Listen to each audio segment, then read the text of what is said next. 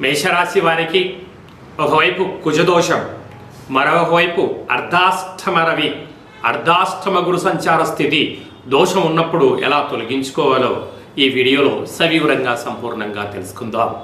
రాశాధిపతి కుజభగవానుడు ధనావాకు కుటుంబ స్థానంలో ఉన్నారు కనుక వీలైనంత వరకు అప్పులు ఇవ్వద్దు, అప్పులు కూడా తెచ్చుకోవద్దు.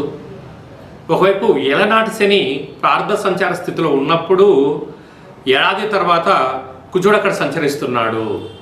అక్కడే ఏడాది తర్వాత రవి భగవానుడు అర్ధాష్టమ సంచార స్థితిలో ఉన్నారు కనుక మాటను పొదుపుగా ఉంచుకోవాలి.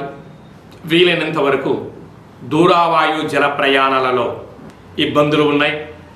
ఇది అసలే వర్షాకాలం అవ్వడం వలన జనగండాలు, యంత్రాలతో, ఆయుధాలతో ఇబ్బందులు పొంచి ఉన్నాయి కనుక ఇలాంటి కాల సమయంలో వీలైనంత వరకు సకాలంలో తిండి, నిద్ర, ఆరోగ్యాన్ని కాపాడుకోవాలి.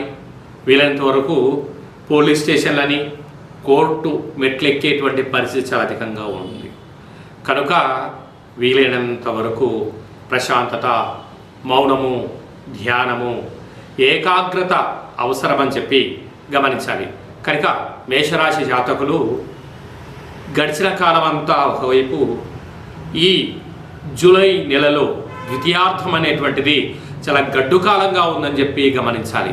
ఇలాంటి ఈ గడ్డుకాల సమయాన్ని మనం అధిగమించగలగాలి అన్నట్లయితే ఈ పూర్ణిమ, ఈ గురు పూర్ణిమ సందర్భంగా పరమేశ్వరుడికి రుద్రాభిషేకం చేసుకోవడం, వీలైతే పాలతో చేసిన నైవేద్యాన్ని ఏర్పాటు చేసి భక్తులకు ప్రసాదంగా పంచగలిగినట్లయితే సకల మృత్యు, అపమృత్యు, కారాగార సంబంధించినటువంటి దోషాలు తొలగిపోయి ఏదైతే అనుకుంటున్నామో అన్నింటా విజయం కలగడం కోసము అనేక మానవ ప్రయత్నాలు చేయాలి.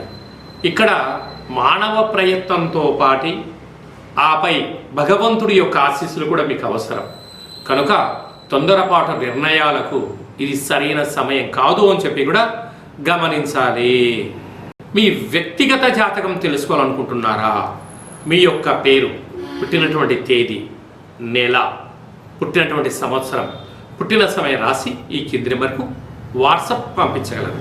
చాలామందికి పుట్టినటువంటి కాల సమయంలో డేట్ ఆఫ్ బర్త్లు లేనటువంటి కారణం వలన పేరు యొక్క మొదటి అక్షరాన్ని అనుసరిస్తూ రాశిని తెలియచేస్తూ గవ్వళ ద్వారా తెలియచేయడం జరుగుతుంది.